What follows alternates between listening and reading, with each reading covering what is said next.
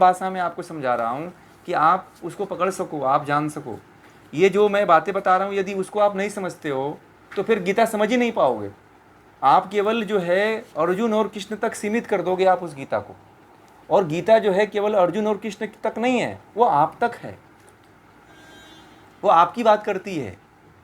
ठीक है ना?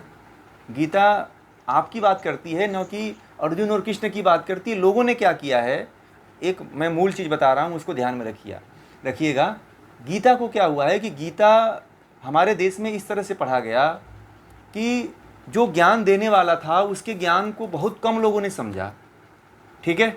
जो ज्ञान दे रहा था उसके प्रति इतना श्रद्धावान लोग हो गए कि ज्ञान को पकड़ना भूल गए, और पूरी श्रद्धा जो है ज्ञान देने वाले की तरफ हो गया। बात समझ में आ गई? भारत में बहुत बड़ी मिस्टेक, फॉल्ट हुआ है, बहुत बड़ा डिफॉल्ट हुआ है, इसीलिए जो है हमारा आज पतन हो रहा है। नहीं तो यदि कृष्ण का ज्ञान हमारे पास होता तो कृष्ण जिंदा ही होते ना। आज कृष्ण जिंदा है, कृष्ण का ज्ञान नहीं जिंदा है। ये इस चीज को समझिएगा, ये बहुत मार्गे की बात है। आज कृष्ण भले जिंदा है, आज आपके मन में कृष्ण जिंदा है, परंतु कृष्ण का ज्ञान आपके पास नहीं है। कोई पूछ दे कि गीता क्या है तो आप बोलते हो कि पवित्र ग्रंथ है, हमारा धार्मिक ग्रंथ है, बस यही आपको पता है, गीता का ज्ञान नहीं पता है आपको। हमारे देश का पतन इसीलिए हुआ, हमारे देश का नाश इसीलिए हुआ। आज गीता के बारे में जितने भी लोग पढ़ने वाले हैं उनसे पूछिएगा गीता का सिद्धांत क्या है तो किसी को नहीं पता होगा। गीता किन सिद्धांतों पे है, भगवान श्री कृष्ण ने किन सिद्धांतों को बताया, मैं वही तो बात आप लोगों को बताने आया हूँ। गीता मैं कथा की तरह नहीं कह रहा हूँ, मैं कथा नहीं सुनाऊंगा, मुझे कथा भी आती है, परंतु मैं कथा नहीं कहता हूँ।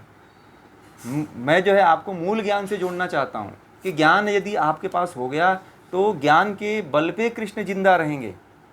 कृष्ण के बल पे ज्ञान नहीं, ज्ञान खत्म हो गया, केवल कृष्ण कृष्ण जिंदा हैं। और हर भारतीय इसीलिए आज कमज़ोर हो गया है, हर भारतीय इसीलिए दबने वाला हो गया है। हर भारतीय को जो है आज कोई ना कोई दबा दे रहा है। और गीता को जो है ज्ञान के आधार पे, सिद्धांत के आधार पे ही समझेंगे, तभी लंबे समय तक आप इसको अपने जीवन में जी पाएंगे और दूसरे को भी आप जिलाने का प्रयास करेंगे। इसको आप लोग समझिए, गीता ये है, गीता के मूल सिद्धांत को समझिए आप लोग। गीता का सिद्धांत यदि नहीं समझेंगे तो आप ऐसे ही किताब की तरह पन्ने पलटते हुए बाँच करके ख़त्म कर देंगे और हाथ जोड़ लेंगे, डेली जो है अगरबत्ती घुमाएंगे, आरती घुमाएंगे, तो देश में कभी ज्ञान नहीं बचेगा, गीता कभी नहीं बचेगी। कोई आके जलाएगा, कोई आके फाड़ेगा, कोई तोड़ेगा, परंतु ये मानस में बैठ गया तो दुनिया की कोई ताकत नहीं है कि इसके नष्ट कर सकती है। हम यही चाहते हैं कि जन जन तक मानस में बैठे ये ज्ञान।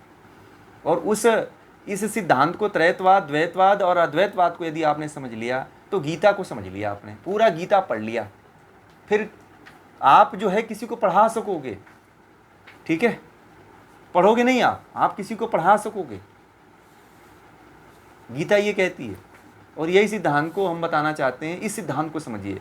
अभी जो भी है ना उसको आप डिलीट करिए, उसके बाद उसको पूरा आप जो है चाहे याद करिएगा, पहले इसको आप सुन लीजिए, क्योंकि ये सिद्धांत जो है यदि बैठ गया तो मुझे लगता है कि आप भी जानेंगे, आपकी आने वाली पीढ़ी भी इसको जिंदा रखेगी, और इसके सहारे जो है नई नई गीता उत्पन्न होती रहेगी प्रतिदिन, और हमारा देश बचेगा, आप बचेंगे, राष्ट्र बचेगा।